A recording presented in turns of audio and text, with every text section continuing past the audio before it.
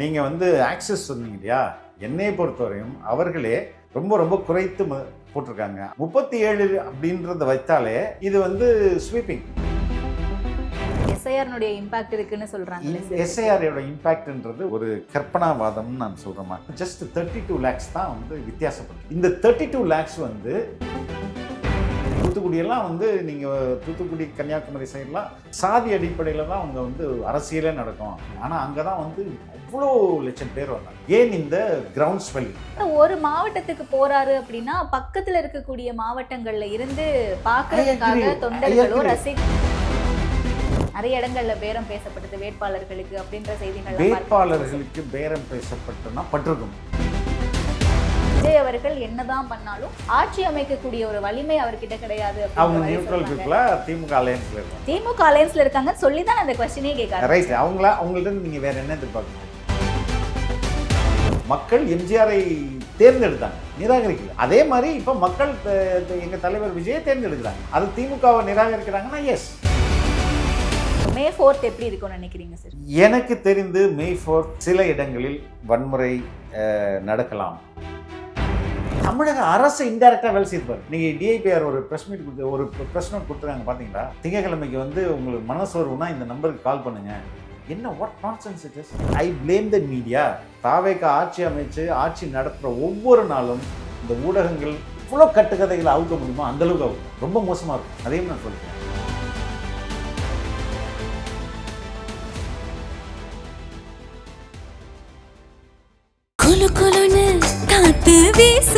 உங்கள் சத்யாவில் குளு குளு ஏசி ஆஃபர்.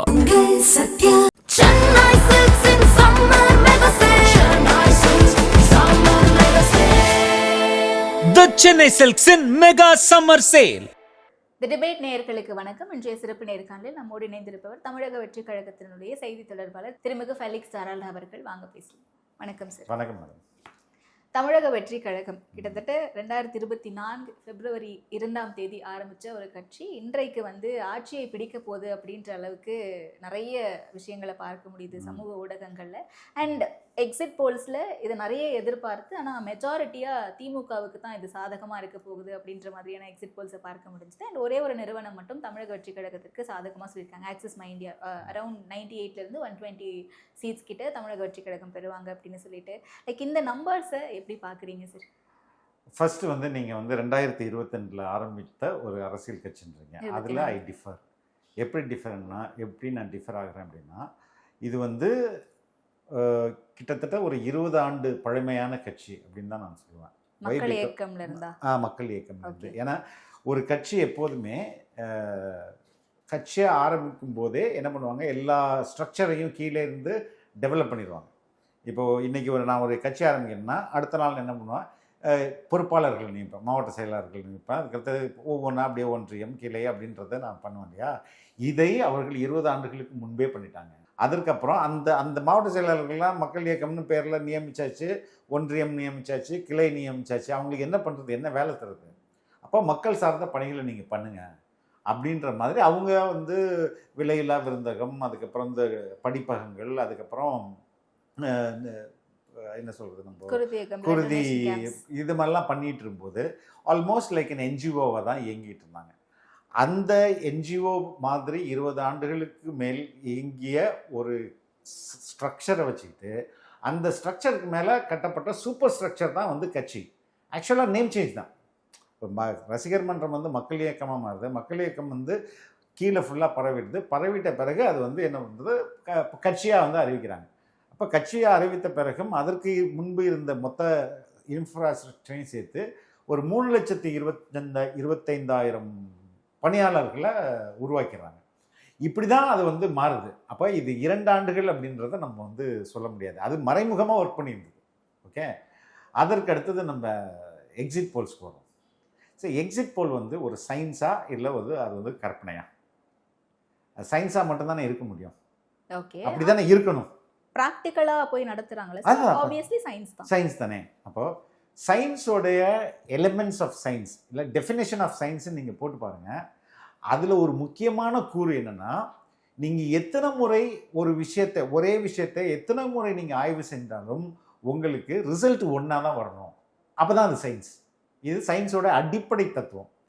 ஃபார் எக்ஸாம்பிள் நீங்கள் ஒரு ஒரு இப்போ நெகட்டிவ் பாசிட்டிவ்னு ரெண்டு எலக்ட்ரிக் ஒயர் இருக்குது. ரெண்டையும் ஒன்றா தட்டினா ஸ்பார்க் வரணும். கரெக்டாக? இது பகலில் தட்டினாலும் ஸ்பார்க் வரணும், நீங்கள் தட்டினாலும் ஸ்பார்க் வரணும், நான் தட்டினாலும் ஸ்பார்க் வரணும், எந்த ஊரில் தட்டினாலும் ஸ்பார்க் வரும். இதுதான் சயின்ஸ். அப்போ ஒவ்வொரு முறையும் நீங்கள் ஒரே அளவுகோலை வைத்து ஒரே ஆஸ்பெக்ட் ஆஃப் ரிசர்ச்சை பண்ணும்போது உங்களுக்கு முடிவுகள் ஒன்றா வரணும். அப்படி நீங்கள் வரலைன்னா யாரோ ஒரு இடத்துல எங்கேயோ தப்பு பண்ணியிருக்கிறாரு. இதர் உங்கள் மெத்தடாலஜி தப்பு, அப்படின்னா நீங்கள் பண்ண ஆய்வு தப்பு. ஏன் நான் இதை சொல்கிறேன்னா, இப்போ வந்த ஆய்வுகள் எல்லாமே ஒன்றுக்கு ஒன்று முரணாக இருக்குது. 80% வித்தியாசப்படுறாங்க. அப்போ இதை எப்படி நம்ம முறையான ஆய்வுன்னு எடுத்துக்க முடியும்? ஆனால் ஒன்று மட்டும் நிச்சயம், யாரோ ஒருத்தர் சரியாக ஆய்வு பண்ணியிருப்பான். அந்த யாரோ ஒருத்தர் சரியான ஆய்வு இப்போ பண்ணி யாருன்றதை கண்டுபிடிக்கிறது நம்ம என்ன பண்ணணும்? ஒரிஜினல் போலோடைய கவுண்டிங் வந்த மாதிரி தான் நம்ம யார் சரியாக பண்ணியிருக்கா அப்படின்றது நமக்கு தெரியும். அதாவது May 4th ரிசல்ட் வந்த பிறகு ஓகே, இந்த எக்ஸிட் போல் எவனோ ஒருத்தன் சரியாக பண்ணியிருக்கான், அவன் யாருன்றதை கண்டுபிடிக்கிறதே நம்ம மெயின் ரிசல்ட்டுக்கு வரணும். ஸோ இதுதான் எக்ஸிட் போலோடைய என்னுடைய கருத்துக்கள். நீங்கள் ஆக்சஸ் சொன்னீங்க இல்லையா, என்னையை பொறுத்தவரையும் அவர்களே ரொம்ப ரொம்ப கன்சர்வேட்டிவாக போட்டிருக்காங்க, ரொம்ப ரொம்ப குறைத்து போட்டிருக்காங்க. அவங்களுடைய ஆய்வுகளில் அவங்க தாவேக்காவுக்கு 98லேருந்து 120 சொல்லியிருக்காங்க இல்லையா, அந்த நம்பரை கொஞ்சம் உள்நோக்கி அவங்களே சொல்லியிருக்காங்க. எப்படி சொல்லியிருக்காங்கன்னா, 18லேருந்து 19 வயது உள்ள ஓட்டர்ஸ் 68% யாருக்கு போட்டிருக்காங்க? தாவேக்காவுக்கு போட்டிருக்காங்கன்னு சொல்கிறாங்க. அதே போல் 20லேருந்து 29 வயதினர் 59% போட்டிருக்காங்க. அதே போல் 30லேருந்து 39 வயதினர் 44% போயிருக்காங்க. 40லேருந்து 50 31, அதுக்கப்புறம் 50+ 22% போட்டு அவர்களுடைய வாக்கு சதவீதம் தாவேக்காவுக்கு 35லேருந்து 37 வரையும் கொடுத்துருக்காங்க. 37 அப்படின்றத வைத்தாலே இது ஸ்வீப்பிங், புரியுதுங்களா? ஸோ அந்த அடிப்படையில் அவர்களும் ரொம்ப கன்சர்வேட்டிவாக கொடுத்துருக்காங்க. அதிகமாக தான் கொடுத்துருக்கணும் அப்படின்றது தான் என்னுடைய. ஏன்னா அதே நிறுவனமே 90 to 110 சீட்ஸ் கிட்ட திமுகவுக்கு வரதுக்கான பாசிபிலிட்டிஸ் இருக்கு அப்படின்னும் சொல்றாங்க. திமுகவுக்கும் அதே 35% மெஜாரிட்டி தான் கொடுக்குறாங்க அவங்களுக்கு vote percentage வைஸ். அப்படி கம்பேர் பண்ணி பார்த்தோம் அப்படின்னா மேபி ஆல்மோஸ்ட் ஈக்குவலா தான் வராங்க ரெண்டு பேரும். இல்லை, இவங்க கன்சர்வேட்டிவ் ரொம்ப கம்மியாக கொடுத்துருக்காங்கன்றது என்னுடைய வாதம். ஏன் நான் இதை சொல்கிறேன்னா, நீங்கள் நம்மளுடைய எலெக்ஷன் இதுவரையும் இல்லாத ஒரு 85% இல்லையா வாக்குப்பதிவு இங்கே நடந்திருக்கு இல்லையா. அப்போ அது யாருக்கான வாக்குப்பதிவு? எஸ்ஐஆர்னுடைய இம்பாக்ட் இருக்குன்னு சொல்றாங்க. எஸ்ஐஆரோட இம்பாக்ட்ன்றது ஒரு கற்பனாவாதம்னு நான் சொல்கிறேம்மா. அதில் எந்த ட்ரூத்தும் இல்லை. இப்போ எப்படி சொல்லணும்னா, 2021 நம்ம ஊரில் வாக்களித்தவர்களுடைய டோட்டல் ஓட் போல்டு 4,58,00,000. சரிங்களா? இந்த வாட்டி 2026 போல்டு 4,88,00,000.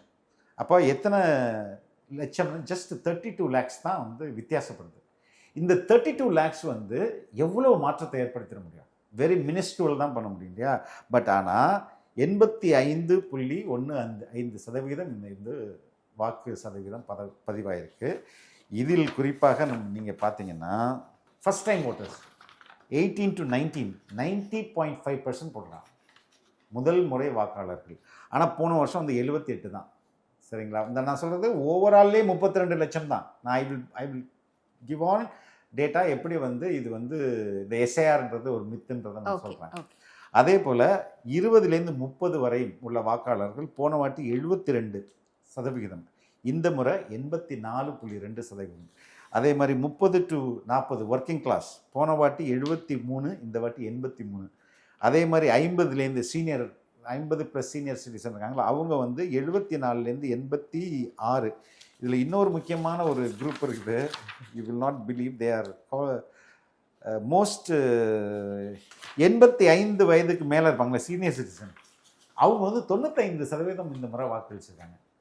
ரைட்டுங்களா? இது ஒரு பக்கம் வச்சுப்போம். இதெல்லாமே ஹை போல்டு, இதுவரை நடந்திராத அளவில் போல் பர்சன்டேஜ் பண்ணியிருக்காங்க. இதுக்கப்புறம் நீங்கள் இதை நம்ம எஸ்ஐஆரோட கம்பேர் பண்ணணுமே.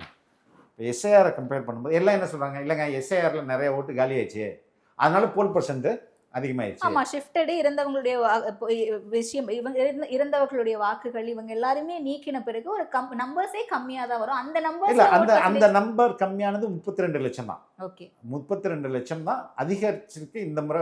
புதிய வாக்காளர்கள் சேர்த்த பிறகு எல்லாத்தையும் சேர்த்த பிறகு 32 லட்சம் வாக்காளர்கள்னு வச்சுக்கோங்க. ஆனா அந்த 32 லட்சம் வாக்காளர்களே பெரிய நம்பர் இல்லை.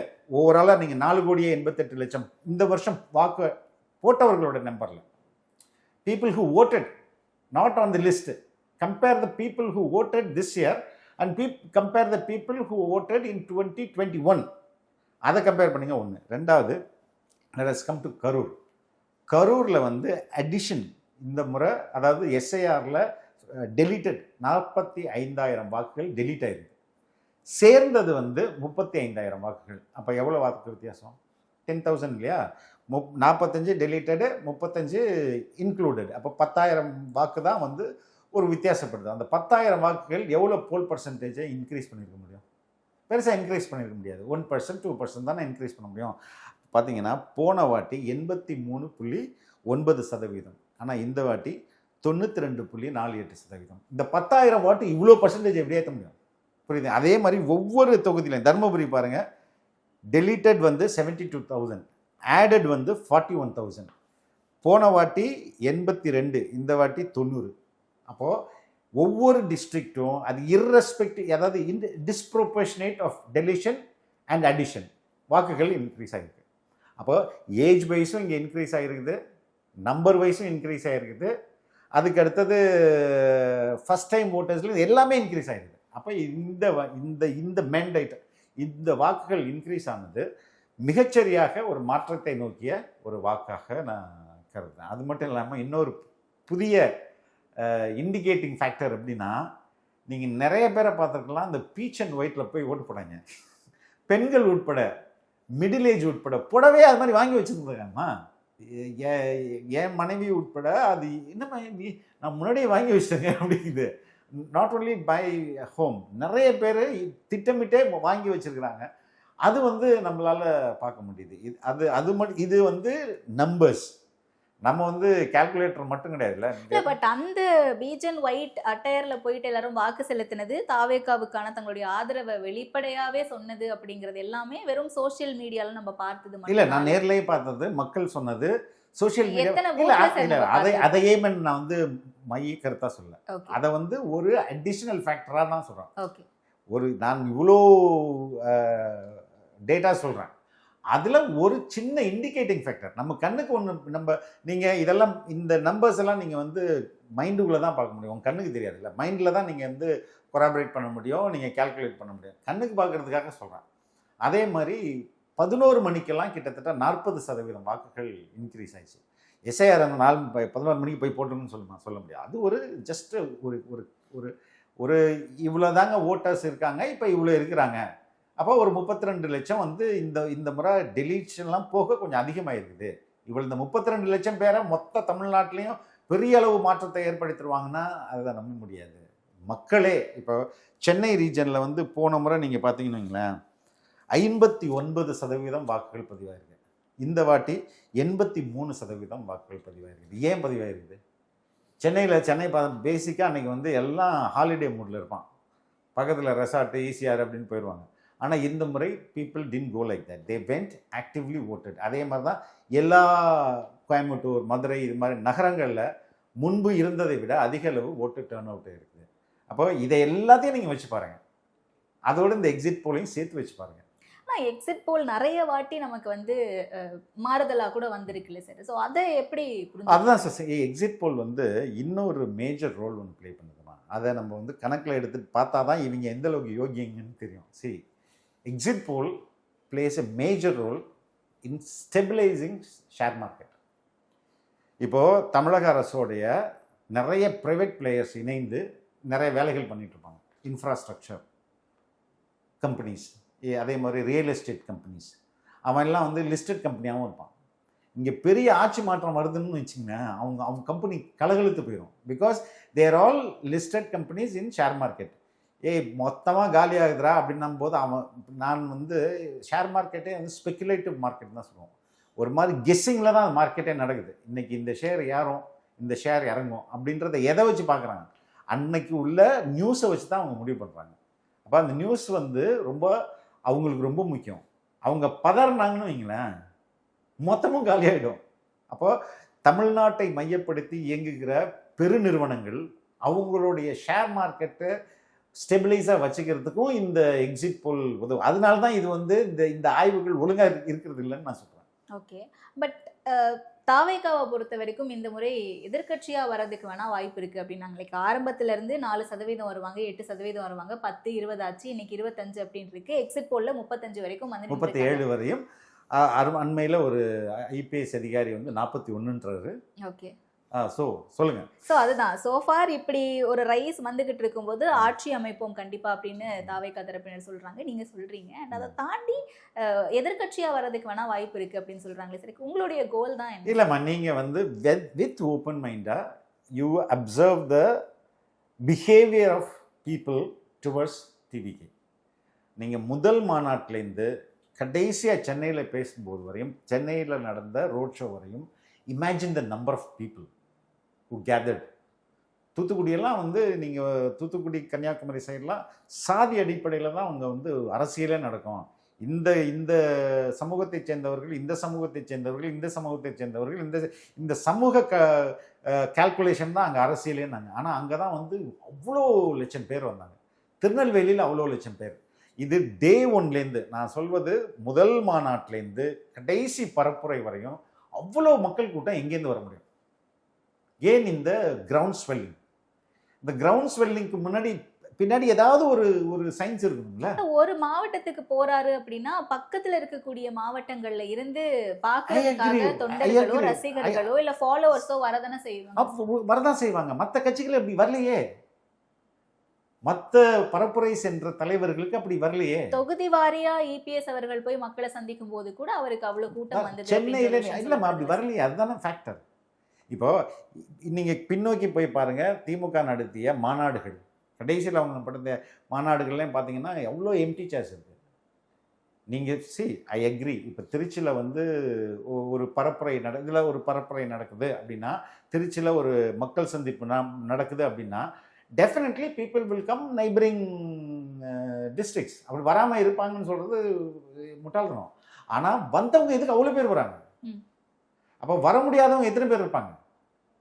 அதை நம்ம ஏன் கால்குலேட்டே பண்ண மாட்டேங்கிறோம்? சரி, ஓகே, வந்தாங்க போனாங்க, எலெக்ஷன் முடிஞ்சிருச்சு, ரிசல்ட்காக வெயிட் பண்ணிட்டு இருக்கோம். ரிசல்ட்டுக்கு பிறகு தாவேகாவினருடைய நிலைப்பாடு என்னவா இருக்கும்? ஏன்னா ரீசன்ட் டேஸ்ல இந்த எலெக்ஷன் முடிகிற வரைக்குமே கூட போலிங் பூத்லையா இருக்கட்டும், இல்லை கேம்பெயின்ஸ் பண்ற இடத்துலையா இருக்கட்டும், நிறைய சிக்கல்களை தாவேகாவினர் சந்திச்சிருக்காங்க. நிறைய இடங்கள்ல பேரம் பேசப்பட்டது வேட்பாளர்களுக்கு அப்படின்ற செய்திகள். வேட்பாளர்களுக்கு பேரம் பேசப்பட்டனா பட்டிருக்கும். அதில் வந்து நான் அதை நிறைய பேர் மறுத்து இருக்காங்க. இல்லை, டெஃபினட்டாக பேசியிருப்பாங்க, அது நான் மறுக்கலாம். ஆனால் எங்களுடைய வேட்பாளர்கள் ரொம்ப உறுதியாக இருந்திருக்காங்க, மிரட்டல்களையும் தாண்டி உறுதியாக இருந்திருக்கிறாங்க. அது வந்து அதை என்னால் சொல்ல முடியும். எனக்கு தெரிந்தவர்கள்ட்ட சார் என்னெல்லாம் கேட்டாங்க சார், பட் நான் உயிரே போனாலும் போக மாட்டேன் அப்படின்னு சொல்லியிருக்காங்க. இது எல்லா கட்சிக்கும் நடக்குமா? முதல்ல வர்ற எல்லா கட்சிகளும் நடக்கும். ஆனால் எந்த அளவுக்கு இவங்க ஸ்ட்ராங்காக இருக்கிறாங்க அதுதான் ரொம்ப முக்கியம் இல்லையா? அந்தளவுக்கு ஸ்ட்ராங்காக இருந்திருக்காங்க. ரெண்டாவது, இந்த முறை வந்து ஐ வுட் சே, நான் என்ன சொல்லுவேன்னா, பெரிய வன்முறையெல்லாம் இல்லாமல் it's a fair and free எலெக்ஷனாக தான் நடந்திருக்கு. நான் வந்து உண்மையிலே இதற்கு முன்பு சில எலெக்ஷன்லாம் நான் பார்த்துருக்கேன். அது போர்க்களம் மாதிரி இருக்கும். இந்த இப்போ இங்கே ஜெமினி பிரிட்ஜ் இருக்குல்ல, அதெல்லாம் பெரிய போர்க்களம் மாதிரி இருந்திருக்கு. பாதி பிரிட்ஜு ஆள் வந்து அப்படியே சாஞ்சு கிடந்திருக்கான். அது மாதிரி எலெக்ஷன்லாம் நடந்திருக்கு. பூத்தை இந்த எலக்ட்ரானிக் ஓட்டிங் மிஷினை ஓடிலாம் இருக்கானுங்க, தூக்கி போட்டு உடைச்சதெல்லாம் நம்ம பார்த்துருக்கோம். அது மாதிரிலாம் இங்கே வந்து ஒரு பெரிய ரொம்ப லா அண்ட் ஆர்டரை கொஸ்டின் பண்ணுற மாதிரி பெரிய இன்சிடென்ட்ஸ்லாம் அங்கொன்றும் இங்கொன்றும் நடந்திருக்கும். அது வந்து இயற்கை. இப்போ எங்களுடைய பூத் ஆஃபீஸ் கூட ஸ்ரீரங்கம் தொகுதியில் ஒரு இடத்துல கொளுத்தப்பட்டிருக்கு. அது மாதிரி இப்போ இங்கேயும் தகராறு நடந்திருக்கு. But compare to the previous elections which are really என்ன சார், ஒரு பிளடி எலெக்ஷனாக நடந்தது மாதிரி இப்போ இங்கே நடக்கலை. ஓரளவுக்கு ஃப்ரீ அண்ட் ஃபேர் எலெக்ஷனாக நடந்திருக்கு. அதற்கும் இந்த மக்கள் தான் காரணம். ஏன்னா அதான் சொன்ன மாதிரி 11 மணிக்கே போய் பல பேர் போட்டானே. 11 மணி 3 மணிக்கெலாம் ஆல்மோஸ்ட் எல்லா இடத்துலையும் வந்து வாக்குகள் முடிஞ்சு. வேற ஒரு சேனல்லேருந்து ஒரு நண்பர் வந்தார். இப்போது அவர் சொன்னார், அவர் ஒரு பூத் இன்சார்ஜாக இருந்திருக்கார். என்னுடைய பூத்தில் 640 ஓட்டு தான் சார் மொத்தம். ஆனால் 600 பேர் ஓட்டு போட்டாங்க. எப்போ 5 மணிக்கே ஓட்டு போட்டு முடிச்சிட்டாங்க. மீதி 1 மணி நேரம் இருந்தது 40 ஓட்டு தான். அந்த 40 ஓட்டை பிரிச்சுக்கிட்டாங்க. நீ 20 குத்து நீ 20 குத்து அப்படின்னும் போது என்ன அதுலேயும் சண்டை வந்திருக்கு. இல்லைப்பா வேணாண்டா விட்ரு அப்படின்னு சொல்லிட்டு போயிட்டு வந்து நீ நீ 10 நீ 10 நீ 10 30 இல்லை எனக்கு 5 எக்ஸ்ட்ரா கொடு, இப்படி ஒரு சண்டை வந்திருக்கு. அந்த சண்டையை பிடிச்சி சரி ஓகேப்பா வேணாம்ப்பா 40 ஓட்டில் என்ன பண்ண போகிறோன்னு விட்டு போயிருக்காங்க. இதுக்கு ஏன் கள்ள ஓட்டு அதிகமாக போட முடியலன்றதுக்கான காரணமும் மக்கள் தான். எஸ்ஐஆர் பிளேட் மேஜர், இந்த இடத்துல எஸ்ஐஆர் பிளேட் மேஜர் ரோல். அதே நேரத்தில் மக்கள் நிறைய பேர் போட்டாங்க. மக்கள் திரள் இல்லைன்னா மறுபடியும் இந்த கள்ள ஓட்டுகள் ஆரம்பிச்சிருக்கோம், சண்டை நடந்திருக்கும். ஸோ எந்த விதத்தில் பார்த்தாலும் we are at the winning with majority அப்படின்றது தான் அந்த நம்பர்ஸ் தான் சார். வின்னிங் வித் மெஜாரிட்டி அப்படின்னு சொல்லக்கூடிய இடத்துல இப்போ வேட்பாளர்களாக இருக்கும்போதே இவ்வளவு சிக்கல்களை சந்திச்சிருக்காங்க அப்படின்னும் போது மிரட்டல்கள் வந்திருக்கு, நிறைய பேரும் பேசப்பட்டிருக்கு. அப்போ வின் பண்ணதுக்கு பிறகு விலைக்கு வாங்கக்கூடிய விஷயம் எல்லாம் நம்ம இல்லைம்மா இவ்வளவு கடந்து வந்துட்டாங்க. இவ்வளோ நம்பர்ஸ் நாங்கள் வின் பண்ணுவோம் அப்படின்னு அவ்வளோ ஸ்ட்ராங்காக சொல்றீங்க அப்படின்னும் போது சமீபத்தில் நடந்த கூட்டத்தில் கூட விஜய் இதை பற்றி பேசியிருக்காரு, அறிவுறுத்தல்கள் கொடுத்திருக்காரு அப்படின்னு சொல்லி எப்படி விலைக்கு வாங்க முடியும்? நீங்கள் அந்த கட்சியோட தலைமை நினைச்சப்ப நீங்கள் ஹங் அசம்பிளி பற்றி பேசுகிறீங்க, அதுக்கு வாய்ப்பே கிடையாது. When we are winning with majority எப்படி யாரை எடுத்து எப்படி விலைக்கு வாங்க முடியும்? அது கட்சி தாவல் தடை சட்டத்தில் காலியாயிருவாரு அவர் எம்எல்ஏஷிப்பை. இங்கே நீங்கள் அதுக்கு முதல்ல தாவேக்காவினர் மெஜாரிட்டியோட வின் பண்ணணும். அதுதான் நான் சொல்கிறேன், we are winning with majority. எதுக்கு நம்ம அது நடக்க, அதாவது ஹைப்போதெட்டிக்கலாக ஏதோ ஒரு ஒரு ஏதாச்சும் பேசணும். நான் சொல்கிறேன் வித் தரவுகளோடு சொல்கிறேன் வி ஆர் வின்னிங்ட்டு.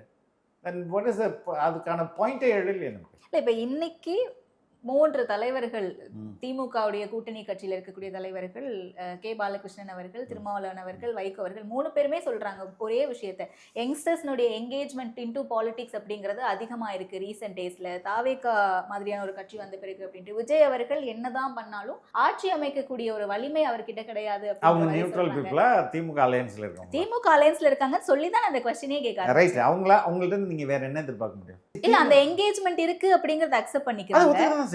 ஆனா திமுக கூட்டணி தான் வின் பண்ணணும்னு சொல்றாங்க அப்படின்னும் போது அவங்க கூட்டணிக்கு தான் அவங்க ஆதரவா பேசுவாங்க. ஆமா ஆப்வியஸா மெஜாரிட்டியா நம்ம அதை தானே பார்க்க முடிஞ்சிருக்கு இவ்வளவு நாளா. எப்படி இல்ல இவ்வளவு நாள் என்பது அதுவே நீங்க somebody has to come for the first time, right? யாராவது ஒருத்தர் முதல் முறையா பண்ணி வந்து தானே ஆகணும்.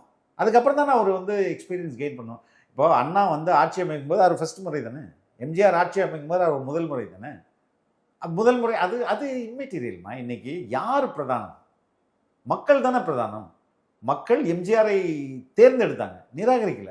அதே மாதிரி இப்போ மக்கள் எங்கள் தலைவர் விஜயை தேர்ந்தெடுக்கிறாங்க, அவ்வளோதான். அது திமுகவை நிராகரிக்கிறாங்கன்னா எஸ் எங்களுக்கு நீ வேணாம் நீ வேணும் அப்படின்றாங்க.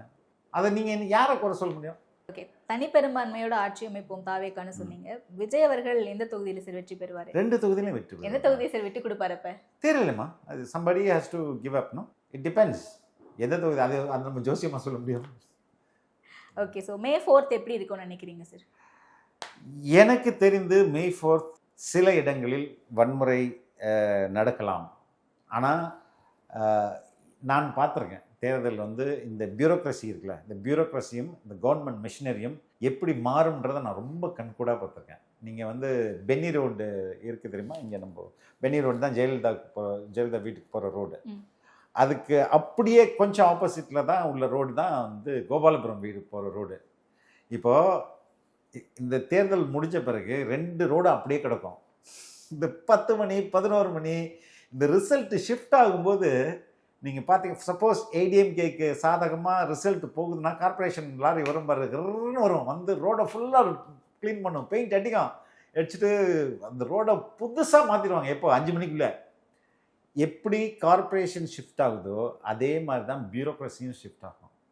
கையில் எலுமிச்சம்பழத்தோட அதிகாரிகள் நின்றுவாங்க, வரிசையில் நிற்பாங்க. அதே மாதிரி தான் இந்த பக்கம் மாறிச்சுனாங்களேன், பென்னி ரோடு அப்படியே கிடக்கும், இந்த பக்கம் கோபால்புரம் ரோடு அவ்வளோ க்ளீன் ஆகும், அதிகாரிகள் நின்றுவாங்க.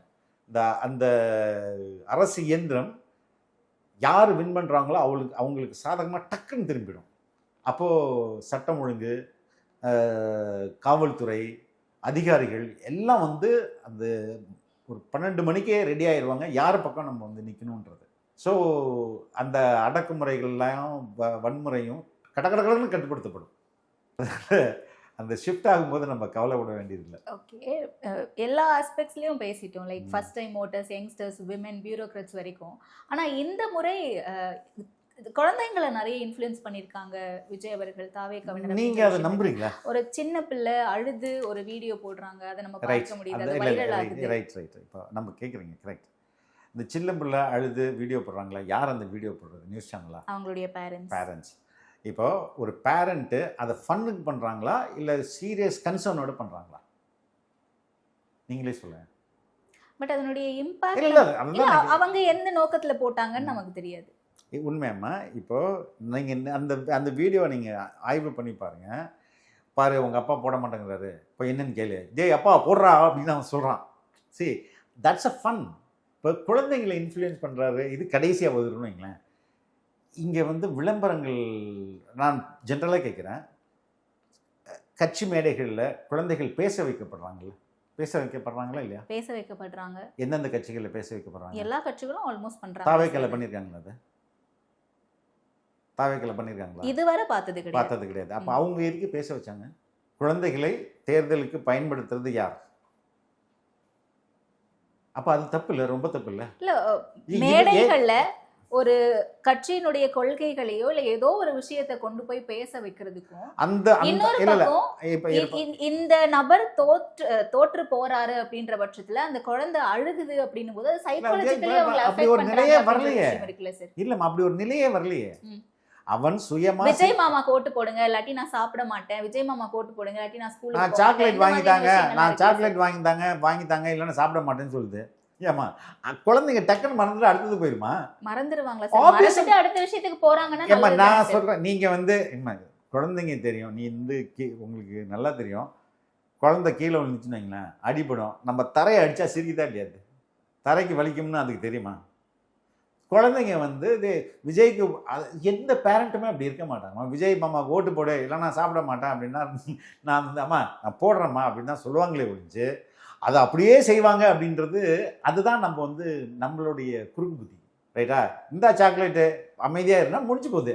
இதை ஒரு பொருட்டாக எடுத்துக்கொண்டு தமிழக அரசு இன்டைரக்டாக வேலை செய்து பாருங்க. இன்னைக்கு டிஐபிஆர் ஒரு ப்ரெஸ் நோட் கொடுத்துருக்காங்க பார்த்தீங்களா?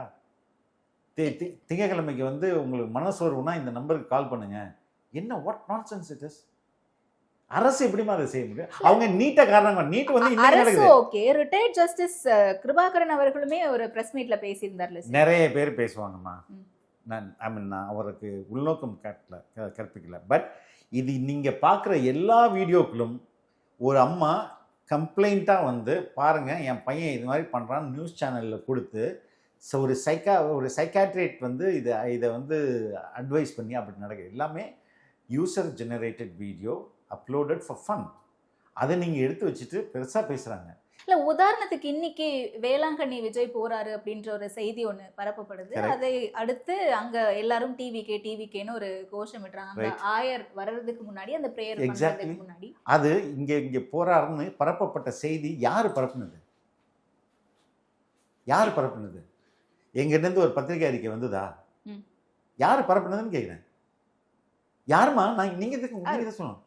செய்திகள் மீடியா அப்போ எந்த அடிப்படையில் அவங்க பரப்புறாங்க? ஏதாவது ஒரு ஸ்போக்ஸ் பர்சன் இன்னைக்கு எங்கள் தலைவர் போகிறாருன்னு சொன்னாங்களா? இல்லை தாவேக்கா ஹெட் குவார்ட்டர்ஸ்ன்ற இணையதளத்துலேயோ இல்லை வந்து சோஷியல் மீடியா பேஜ்லேயோ அப்படி ஒரு செய்தி வந்துச்சா? அப்படி ஒரு வராத செய்தியை கசிய விட்டு அது மக்கள் போகிறாங்கன்றத வந்து அதை ஒரு நெகட்டிவ் நியூஸாக பப்ளிஷ் பண்ணுறது யார் பண்ணுறா? அப்போ அந்த பிஹேவியர் ஓகே, அந்த பிஹேவியர் இஸ் வித் மீடியான்னு தான் சொல்கிறேன். இப்போ இல்லைம்மா, இப்போ நார்மலாக ஒரு அறிக்கை வரும் இங்கே, அதாவது நான் 2 இன்சிடென்ட் சொல்கிறேம்மா. இப்போது தலைவர் இங்கேருந்து கிளம்பி இங்கே போகிறார், இன்னென்ன இடத்துக்கு போகிறார் அப்படின்னு அஃபிஷியலாக ஒரு அறிக்கை வரணும். ரைட்டா? அப்படி வந்தால் தான் அதிகாரப்பூர்வமாக அவர் போகிறார். சில நேரங்களில் அவர் அதிகாரப்பூர்வமாக சொல்லாமலும் போகலாம். ரைட்டுங்களா? அவர் சொல்லாமல் திருத்தணி போகிறாருன்னு திருச்செந்தூர் போகிறாருன்னு சொல்லாமல் கூட போகலாம். That is his right. ஆனால் நீங்கள் அங்கே வருவார்னு ஸ்பெக்குலேட்டிவாக நியூஸை போட்டு அங்கே கூட்டத்தை வர வச்சு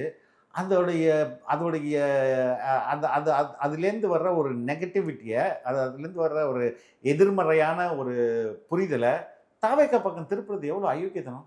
தட்ஸ் தேர் பிஹேவியர். அவங்க இப்படி தான் பிஹேவ் பண்ணுவாங்க. ஒருவேளை மே 4ஆம் தேதி ரிசல்ட் நெகட்டிவா வருது தாவேக்காவுக்கு ஹைபோதெட்டிக்கல் அப்படினா அவங்களுடைய பிஹேவியர் எப்படி இருக்கும்? I blame the media. நீங்கள் எப்படிங்க ஒரு பொய் செய்தியை பரப்பிட்டு அதன் மேலே நீங்கள் வந்து மக்கள் வர்றாங்க உங்களை யார் சொல்லுது? அதிகாரப்பூர்வமாக அங்கே தகவல் வந்து யாராவது சொல்லி தலைமை கழகத்திலோ எங்களை மாதிரி செய்தி தொடர்பாளரோ சொல்லி ஆமாங்க officially is coming you can go அப்படின்னு அதை வந்து நீங்கள் போடுங்கன்னு நியூஸாக சொல்லாத வரைக்கும் அவங்க எப்படி போட முடியும்? எந்த சோர்ஸோ நாளைக்கு உங்களை ரெஸ்பான்சிபிலிட்டி எடுத்துக்கும்? இது ஒரு ட்ராவல் பிளான் தானேம்மா. அதை யார்கிட்டையாவது கன்ஃபார்ம் பண்ணாங்களா? இப்போ யாராவது சொல்ல முடியுமா confirm as I spoke to so and so he கன்ஃபார்ம்னு சொல்ல முடியுமா? அப்போ இதுதான் இங்கே உள்ள இது நான் சொல்கிறது இன்னும் மோசமாக போகும் பாருங்களேன். தாவேக்கு ஆட்சி அமைச்சு ஆட்சி நடத்துகிற ஒவ்வொரு நாளும் இந்த ஊடகங்கள் எவ்வளோ கட்டுக்கதைகளை அவுக்க முடியுமோ அந்தளவுக்கு அவுக்கும். ரொம்ப மோசமாக இருக்கும். அதையும் நான் சொல்லிக்கிறேன். ஓகே, ஸோ என்ன நடக்கும் அப்படிங்கிறத May 4th அப்புறம் நம்ம பொறுத்திருந்து பார்த்து நிறைய நீங்கள் பொறுத்திருந்து பாருங்கள். நேரத்திற்கு நன்றி சார். ரொம்ப ரொம்ப நன்றிம்மா. தேங்க்யூ.